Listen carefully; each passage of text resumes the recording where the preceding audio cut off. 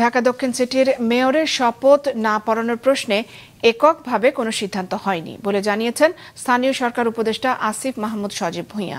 বলেন, কর্পোরেশনের নাগরিক সেবা যেভাবে বিঘ্নিত হচ্ছে তাতে আর বসে থাকার সুযোগ নেই।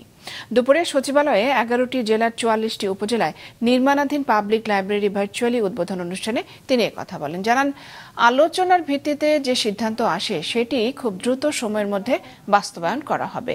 ডেঙ্গু প্রসঙ্গে তিনি বলেন, ডেঙ্গুর প্রকোপ নিয়ে সতর্ক আছে সরকার। দক্ষিণ সিটি কর্পোরেশনে সমস্যা চলায় বাইরে থেকে যতটুকু সম্ভব ডেঙ্গু নিয়ন্ত্রণে কাজ চলছে বলেও দাবি করেন উপদেষ্টা।